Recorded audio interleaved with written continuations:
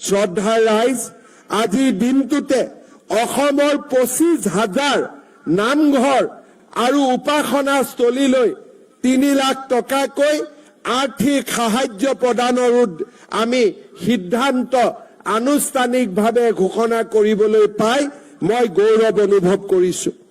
আধুনিকতাৰ লগতে আমি পৰম্পৰাকো সন্মান জনাব লাগিব। মহাপুৰুষ শ্ৰীমন্ত শংকৰদেৱ, দামোদৰদেৱ, মাধৱদেৱ, হৰিদেৱে আৰম্ভ কৰা নৱ বৈষ্ণৱ ধৰ্মৰ আন্দোলনত যিসকল উদাসীন ভকত জড়িত হৈ পৰিছিল, এই উদাসীন ভকতসকললৈও মই মাহেকীয়াকৈ 1500 টকাকৈ আগবঢ়োৱাৰ বাবে সিদ্ধান্ত আজিৰ এই গণৰাজ্য দিৱসতে ঘোষণা কৰিবলৈ পাই গৌৰৱ অনুভৱ কৰিছো। আমাৰ চৰকাৰী কৰ্মচাৰীসকলৰ বাবে, বিশেষকৈ নতুন চাম চৰকাৰী কৰ্মচাৰীসকলৰ বাবে নিউ পেঞ্চন স্কিমে কৰবাত নহয় কৰবাত সন্দেহৰ সৃষ্টি কৰি আহিছিলে।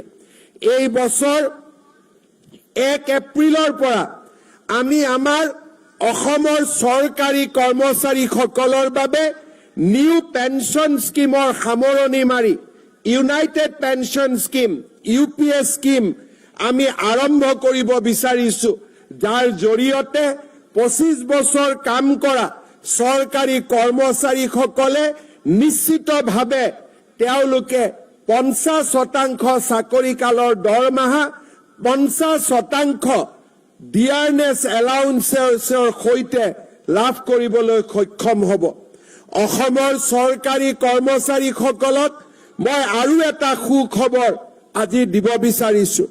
2005 চনৰ আগতে যিসকলৰ নিযুক্তিৰ প্ৰক্ৰিয়া আৰম্ভ হৈছিল, কিবা কাৰণত নিযুক্তিৰ প্ৰক্ৰিয়া 2005লৈ গুচি গ'ল, তেওঁলোকে ওল্ড পেঞ্চন স্কিমৰ জাগাত নিউ পেঞ্চন স্কিমৰ অন্তৰ্ভুক্ত হ'বলগীয়া হৈছিল।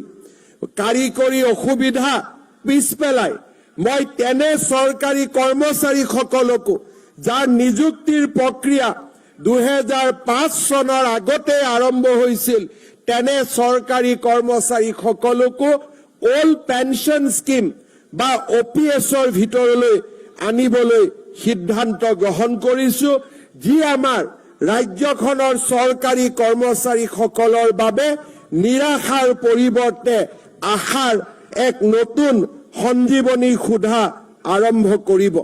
শ্ৰদ্ধাৰ ৰাইজ, আজিৰ এই দিনটোত মই কেইবাটাও বিন্দুৰ ওপৰত, কেইটামান দিশৰ ওপৰত আপোনালোকৰ দৃষ্টি আকৰ্ষণ কৰিম।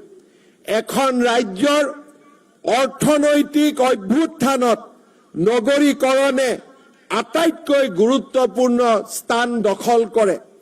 আৰবানাইজেশ্যনৰ অবিহনে এখন ৰাজ্য কেতিয়াও অৰ্থনৈতিক দ্ৰুত গতিলৈ আগুৱাই যাব নোৱাৰে। গুৱাহাটীৰ পিছত ডিব্ৰুগড়, তেজপুৰ আৰু শিলচৰত আমি কেইবাটাও নতুন ব্যৱস্থা হাতত লৈ আমি দ্ৰুত নগৰীকৰণৰ দিশত এই 3খন জিলাক, 3খন সদৰ স্থানক আমি লৈ যোৱাৰ বাবে প্ৰচেষ্টা কৰিছো। মই ইতিমধ্যে কৈ অহাৰ দৰে ডিব্ৰুগড়ত অসম বিধানসভাৰ নতুন ভৱন নিৰ্মাণকে আদি কৰি ইনফ্ৰাষ্ট্ৰাকচাৰ ডেভেলপমেণ্টৰ জৰিয়তে আমি অহা 3টা বছৰৰ ভিতৰত ডিব্ৰুগড়ত অসমৰ দ্বিতীয় ৰাজধানী তথা মহানগৰৰ ৰূপে আমি লৈ যাব বিচাৰিছো। তেজপুৰত অসমৰ ৰাজ্যপালৰ বাবে ৰাজভৱন নিৰ্মাণ কৰি অসমৰ সাংস্কৃতিক ৰাজধানীৰ পৰিচয়েৰে আমি তেজপুৰক উদ্ভাসিত কৰিব বিচাৰিছো।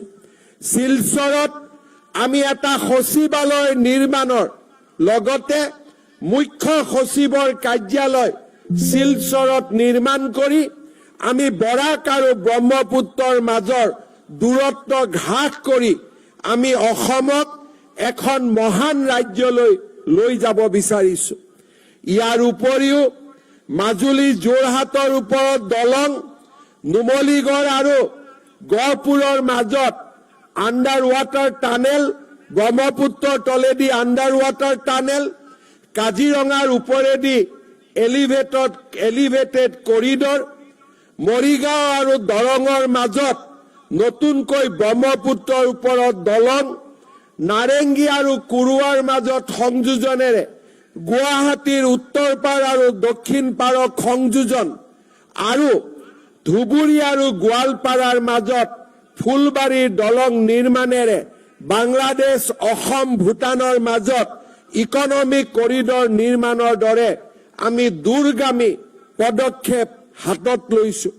শিলচৰ আৰু গুৱাহাটীৰ মাজত দূৰত্ব 5 ঘণ্টালৈ কমাই আনি শিলচৰ আৰু গুৱাহাটীৰ মাজত এক্সপ্ৰেছ হাইৱে নিৰ্মাণৰ পৰিকল্পনা এই বছৰৰ ভিতৰতে আমি বাস্তৱত ৰূপায়িত কৰিব বিচাৰিছো।